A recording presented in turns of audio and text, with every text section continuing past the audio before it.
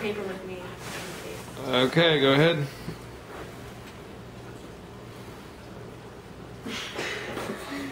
Good evening. Today we are going to share the story of Anne Shirley, an orphan adopted by Matthew and Marilla Cuthbert. They meant to adopt a boy, but their message got misinterpreted and received a girl. Now you will see what happened only 2 weeks after being adopted, as told in chapter 9 and 10 of Anne of Green Gables by Lucy Maud Montgomery. We present to you Mrs. Rachel Lynde is properly horrified. Anne had been a fortnight in Green Gables before Mrs. Lynde arrived to inspect her. Mrs. Rachel, to do her justice, was not to blame for this. A severe and unseasonable attack of gripe had confined the good lady, to her bed ever since the occasion of her last visit to Green Gables.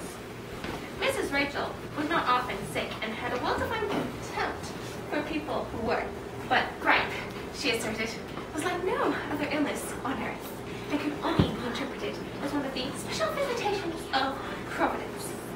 As soon as her doctor allowed her to put her foot out of doors, she hurried up to Green Gables, bursting with curiosity to see Matthew and Marilla's orphan, of whom all sorts of stories and suppositions had gone abroad in Avonlea.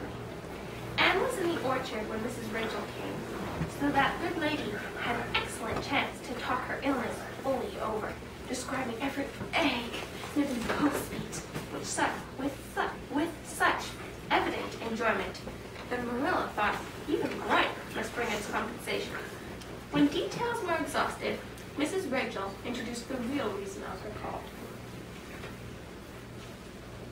I've been hearing some surprising things about you and Matthew. I don't suppose you are any more surprised than I am myself, for I am getting over my surprise now. It was too bad there was such a mistake. Couldn't you have sent her back? I suppose we could, but we decided not to. Matthew took a fancy to her, and I must say I like her myself, although I admit she has her faults. The house seems a different place already. She's a real bright little thing. It's a great responsibility you've taken on yourself, especially when you've never had any experience with children. There's no guessing how a child like that will turn out, and you don't know her real disposition or much about her anyway, I suppose. But I don't want to discourage you, I'm sure, Marilla. I'm not feeling discouraged. When I make up my mind to do a thing, it stays made up. I suppose you'd like to see Anne. I'll call her in. Anne! She certainly was an odd-looking creature in the short, tight, wincey dress she had worn from the asylum, below which her legs seemed ungracefully long. Her freckles were more numerous and obtrusive than ever. The wind had ruffled her hatless hair into a brilliant disorder. It had never looked redder than at that moment. Well, they didn't pick you out for your looks. That's sure and certain. She's terribly skinny and homely, Marilla. Come here, child, let me have a look at you. Lawful heart, did anyone see such freckles? And hair as red as carrots. Come here, child, I say. I hate you! I hate you! I hate you! I hate you! How dare you call me skinny and ugly? How dare you say I'm freckled and red-headed? You are a rude, impolite, unfeeling woman! Anne. How dare you say such things about me? How would you like to have such things about you? How would you like to be told they were fat and clumsy and probably had an spark of imagination than you? I don't care if I do hurt your feelings by saying so. I hope I hurt them. You have hurt mine worse than they were ever hurt before, and I'll never forgive you for it. Never, never, never! Did anybody see such a temper? Anne, go to your room and stay there until I come up.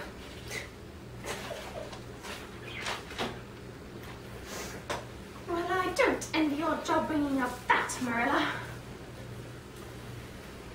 Oh, you shouldn't have twitted her about her looks, Rachel. Marilla Cuthbert, you do not mean to say you are upholding her in such a terrible display of temper as we've just seen? No, I'm not trying to excuse her. She's been very naughty and I'll have to give her a talking to about it. But we must make allowances for her, Rachel. She's never been taught what is right. And you were too hard on her. Well, I'll see I'll have to be very careful in what I say after this, since the fine feeling of orphans, brought from goodness knows where, have to be considered before anything else. Oh no, I'm not vexed, don't worry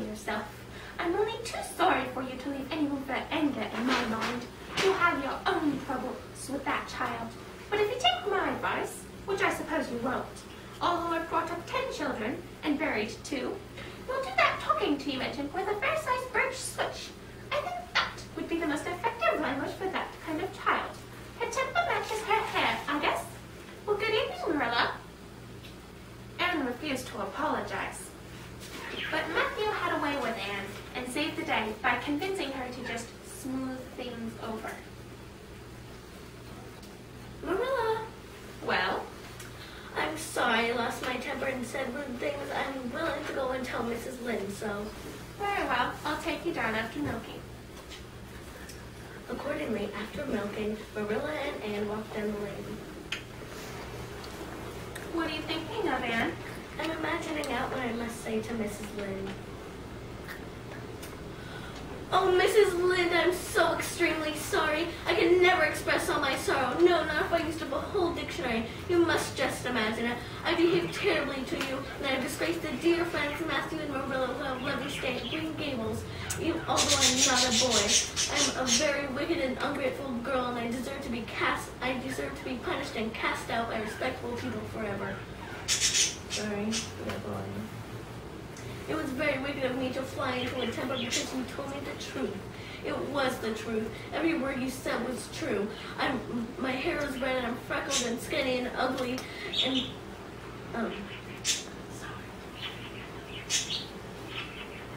what I said to you was true too, but I shouldn't have said it.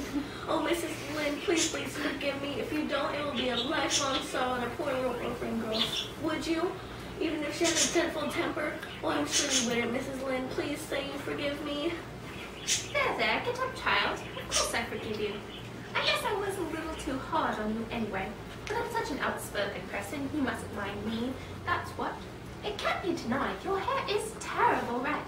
But I know a girl and went to school with her, in fact, whose hair was every mite as red as yours when she was young. But when she grew up, it darkened to a real handsome auburn. I wouldn't be much surprised if yours did too. Not a mite. Oh, Mrs. Lynde, you have given me a hope. I shall always feel that you're a benefactor. I could endure anything if only I thought my hair could be a handsome auburn when I grew up. It would be so much easier to be good if one's hair was a handsome auburn, don't you think? And now may I go into your garden and sit on that bench under the apple trees while you and Marilla are talking? There's so much more scope for imagination out there. Laws, yes. Run along, child, and you can pick up a bouquet of the white June lilies over in the corner if you like. She's a really odd thing, but there's something kind of taking about her. I don't feel so surprised at you and Matthew keeping her as I did. No, so sorry for you either. She may turn out all right, but of course she has a queer way of expressing herself. A little too kind of forcible, you know. But she'll likely get over that, now that she's come to live among civilized folk. And then, her temper's pretty quick. But there's one comfort. A child that has a quick temper just blaze up and cool down. Ain't never liked him to be sly or deceitful. Preserve me from a sly child, that's what. On the whole, Marilla, I kind of like her. To know more, read Anne of Green Gables for yourself. Your own copy or check it out at your local library, but the Whitwood Branch Library is closed for renovation, so don't go there.